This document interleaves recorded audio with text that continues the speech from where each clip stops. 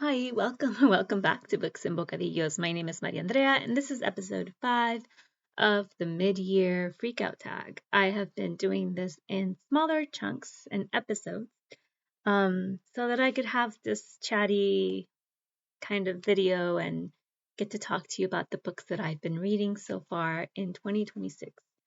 Today's questions are going to be question number 10, a book that made you cry, and question 11, a book that made you happy. But I don't like the phrasing of that because if a book makes you cry, it can also make you cry in like a good way, right? So the opposite of cry would be to laugh. So I decided to split that and split it that way and say I'm going to talk about books that made me cry.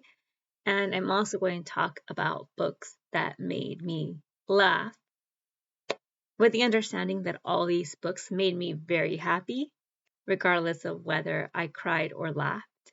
I still enjoyed them thoroughly. So let's talk about the books that made me cry. And if you haven't watched my video, I'm an emotional reader.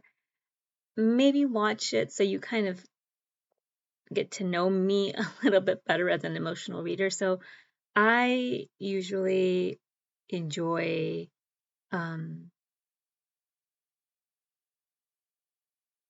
books that pull at my heartstrings, and I enjoy books that I can connect with. And sometimes I'm finding myself in the pages, and sometimes I'm finding answers to questions, like philosophical kinds of questions in the pages. And whether it is that I find myself, or I find an answer to a question, or I find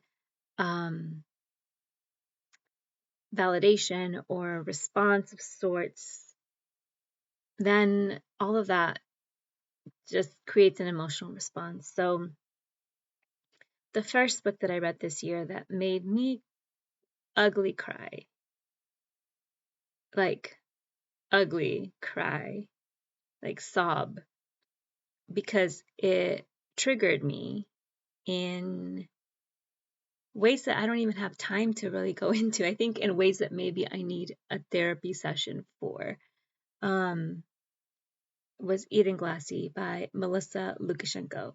In Edenglassie, Melissa Lucashenko writes a historical fiction novel set in two timelines with multiple points of view, and, well, basically like 2 to 3 points of view. We have the modern day timeline, which is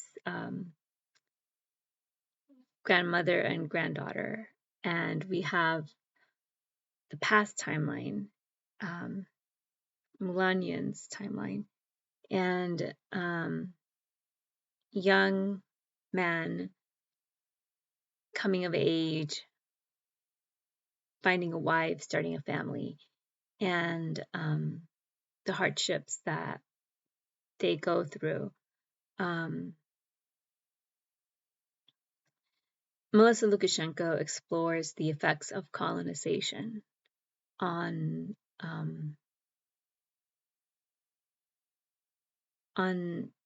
Indigenous people, and particularly British colonization of Australia. And there's a quote that Melissa Lucashenko has in Edenglassie that says, "Colonization 101, your body is not your own." And when I read that, that resonated with me. And at the time, I was starting my yoga journey for my personal curriculum, which I need to give an update for.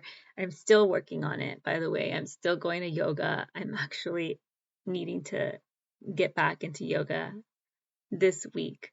But at the time, I was initiating that journey, and I was thinking about ways to connect with my body. And that quote resonated with me in the sense that I felt like I was needing to reclaim my body.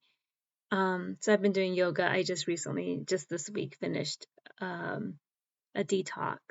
I've been working a lot up on my connection with my body. And I think that Melissa Lucashenko fed me in a way that I needed to be fed. Words and the triggers of memories regarding race and colonization and the effects of colonization on people and groups of people, and it made me think of things that I didn't know, like memories I didn't know I had.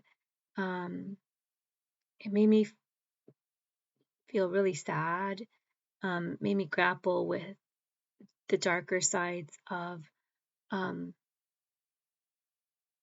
being a person of color, being a biracial person, being an immigrant, and at the time, the politics were really, really heated with the ICE arrests and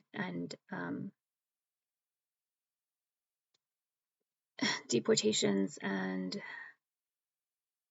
cruelty towards immigrants and towards, I mean, the killing of American citizens for standing up for immigrants in their community. So I really felt like it was hitting me really, really hard, and just the modern day times, the historical fiction timelines, all of that just kind of was like falling over me, and it was creating, maybe it was just too much that I was processing all at once, and it just was a lot. I'm really happy that I did read this with a group of people. I read this with my friends at the Piñeiro Project. I've talked about this already, and they were great, particularly Pat. Thank you, Pat, for taking time from your day to just be there for me and listen and just hold my tears across the distance. Um, I did send Pat some sobby commentary that I just was holding, but she was just so gracious to just be able to sit with me and just be a friend. So I really, really appreciated that. It meant a lot. And that was really nice. I feel like I made a friend forever. And I made many friends forever through the times that we've read as a group. But the next book that I want to talk about that made me cry is My Mother Cursed My Name by Anamely Salgado Reyes. If you haven't already seen, I did an interview. I did a book review and an interview with the author. And that was just in the last couple of weeks that I posted to my channel. I loved this book. And this book is I'll mention it again in this video. It served dual purposes. On the one end, it made me cry, particularly at the end. And I don't want to read the parts of it that were sad to me or go into too much detail, because I think I would get into spoilers, and I don't want to spoil the book for anybody that is interested in reading it. But it is about mothers and daughters, and it's about the complicated lives of mothers and daughters and the complicated relationships between mothers and daughters, and how sometimes in these complicated relationships, distance gets between the mother and the daughter, and there is some like a distance, an estrangement, and how you reconcile, particularly at end of life, and what does that look like. And I think Anamely handled it with a lot of care and respect and did it very well. She used magical realism to illustrate sorrow, the fear, the anger. And in the end, I cried. And for a minute, I was like, I need to call my mom. Like, I need to pick up the phone and call my mom, like now. I did call my mom that evening. I was on my lunch break when I was finishing, I was at the end of the novel. And I think I finished it during my lunch break. And as I was driving back to work, I thought I need to call my mom. So it is a book that, for me anyway, it did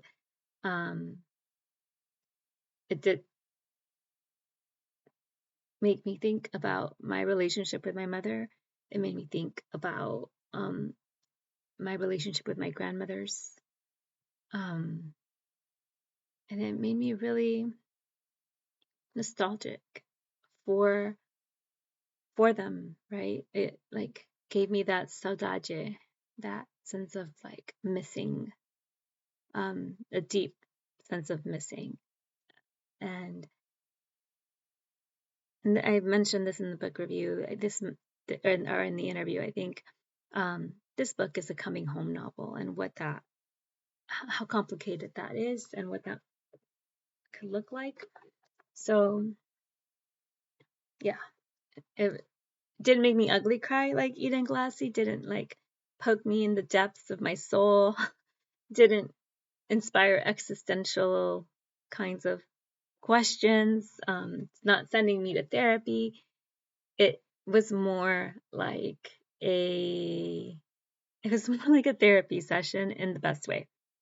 And then lastly, the next book that I read that made me cry, more so because it tapped into my feelings of grief, was A Prayer for Owen, Meany by John Irving. There were parts of this novel that made me cry. There was one instance where something that happened. I was listening to the audiobook and my audiobook got interrupted, and I didn't understand why, and then I realized why, and it made me think of my dog who's passed, and I really miss her. And so that made me really sad and made me cry, but it also had the opposite effect, right? So let's talk about the good stuff that made me laugh. Okay, I'm going to kind of go where I left off and then back up. So, A Prayer for Owen, Meany also made me laugh out loud. Owen is such a funny character, and the audiobook is fantastic. I was listening to the audiobook, and the voice for Owen is truly fantastic. And the way that Owen speaks, the way the narrator did the voice, it was just hilarious and funny and a lot of fun. I I laughed out loud when they dress up mannequin to look like Jim's mom. I mentioned that, I think, yesterday. Jim's mom is one of my fictional crushes. Someone that I was like imagining you'd be in awe of because of how alluring and beautiful she's written out to be. And the banter, the back and forth, the questions, all of that, although there was a lot of deep philosophical debates, it was also really funny at times. And My Mother Cursed My Name by Anamely Salgado Reyes was also a book that made me laugh out loud. Although there's a lot of tension and there's difficult family dynamics, there's also a lot of fun. So I don't know if you've watched Just Like Heaven, the movie with Mark Ruffalo and Reese Witherspoon. Sometimes when I was reading this, it reminded me of that movie, particularly the scenes where, well, in the movie, Mark Ruffalo is grieving the death of his wife, and um, Reese Witherspoon's character pops up as a ghost, and he thinks he is hallucinating, and he's thinking he's seeing things, and no one else can see this ghost but only him, and it's driving him crazy. Once he comes to accept that this is not something that is wrong with him, that he's not hallucinating, that he is in fact seeing a ghost, then he is angry. Like, they are just so annoyed with each other. It's one of those can't stand each other situations, and then they end up becoming, it's a romantic comedy, so love interest, right? So they become smitten with each other over time. But in that initial phase of like dealing with how annoyed they both are, that one is cannot believe she's dead and the other one cannot believe he's seeing a ghost. And then so he's trying to get rid of the ghost, and the only way he can try to get rid of her is by finding her body and trying to get her back into her body. And so they're like, okay, where are you? Who are you? And they're trying to figure all this out. And in all of that situation, they're like going into bookstores, they're going different places, restaurants, and they're just trying to figure out who this woman is. And it's hilarious. And so there's some of that kind of like, you have a grandmother who's passed away and only her granddaughter can see her, and you have these two women who do not have a relationship and do not get along initially. There's a lot of friction between these two characters, and they need each other, and so they're trying to reconcile and get to know each other and figure out like who each one is, and understand each other. And so in all of that, it's just really funny the kinds of things that they get into. And Anamely has a really good sense of humor. She's really shy and really soft spoken, and you wouldn't think she's as funny as she is. She can write good humor, and I really appreciated that in the novel. I read a couple of passages from it in my book review and during the interview with Anamely. One particularly where she's craving something sour. Angustias, one of the characters, the mom, the middle-aged character, and she's telling her boyfriend at the time when she's pregnant that she needs something sour immediately, or else their daughter is going to be born looking like the craving that wasn't met. And it was pretty funny, at least to me. So that made me laugh. There were other parts that were really funny.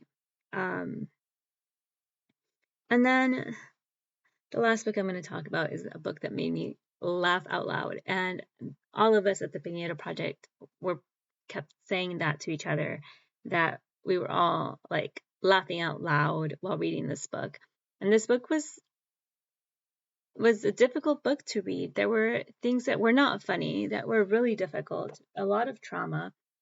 But Rabih Alammedine has a way of writing Raja and his mother in a way that's just like hysterical. I am going to read a little passage just to give you a bit of a taste of what I mean. And there will be cursing because that's what's on the page and it's funny. So please forgive me. I hope this video is able to post given the language, but I think it'll be okay. This is from The True Story of Raja the Gullible and His Mother by Rabih Alammedine. And this is like page 1. So no spoilers. My mother had intimate relationships with mirrors. With a tilt of her dark eyes, she stared at her reflection, at her pale neck furrowed with tiny blue veins, at the white roots in her hair, the part in the middle looking like a road marker separating two lanes. She told me she hated this mirror, the whole vanity. She was going to buy a new one. She felt certain she could find a reasonably priced one that was more beautiful than that dissembling thing before her. Mirrors are fleeting, I said. They retain nothing. There was going to be a new her in a few minutes. I began to brush dark into light. A mirror kept no record of metamorphosis. She snorted. You're breaking house rules again, she said. That wasn't philosophizing. Sure sounded like it. Forgetful mirrors and all that. You look beautiful. I'm old. Told her I was as well. I pointed to my hair, which was already whiter than hers. The original red turned a weird blondish in my 40s and white in my 50s, which I liked the most since it didn't stand out as much. You're in extreme middle age, she said. You're not allowed to be old. That would make me ancient. But you are ancient. Fuck your mother. Her favorite expression, which always sounded off coming from her, even after years of hearing it. Anyone else saying it barely registered, but of course my mother saying it to me was always strange. Her head lurched right slightly, and abruptly I noticed, both pretended we didn't. The dye brush remained steady in my hand. She was still in great health for her age. She swore she still could, if needed, climb the 3 flights of stairs to our apartment when the building's diesel generator was asleep, yet her body had been failing her at a faster rate, tentative tics, growing more assured. At times, her hands shook so much that she developed this habit of sitting with one nestled atop the other in her lap, like napping kittens. Why don't you let me dye your hair? Now, why would I do that?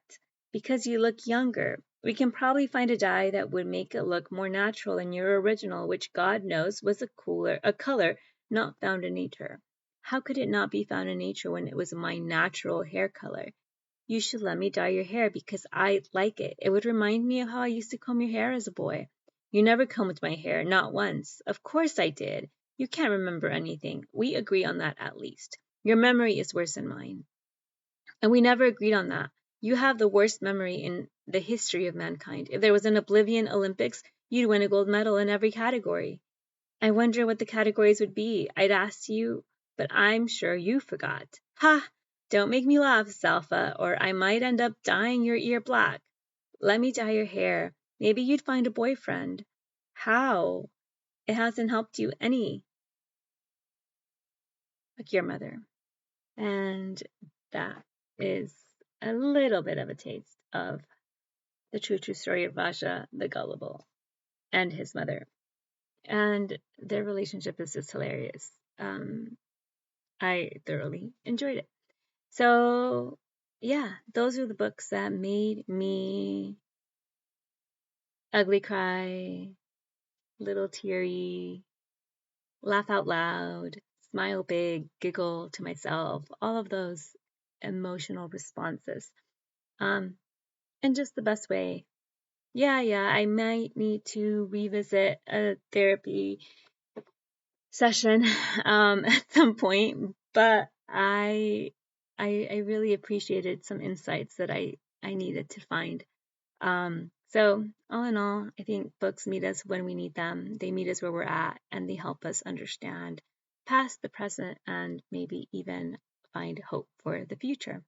So I hope you've had a great reading month with a great reading year with books that have made you laugh and cry and feel all the wonderful parts of being human. And I will be back again tomorrow for, I think, the end of this. Yeah.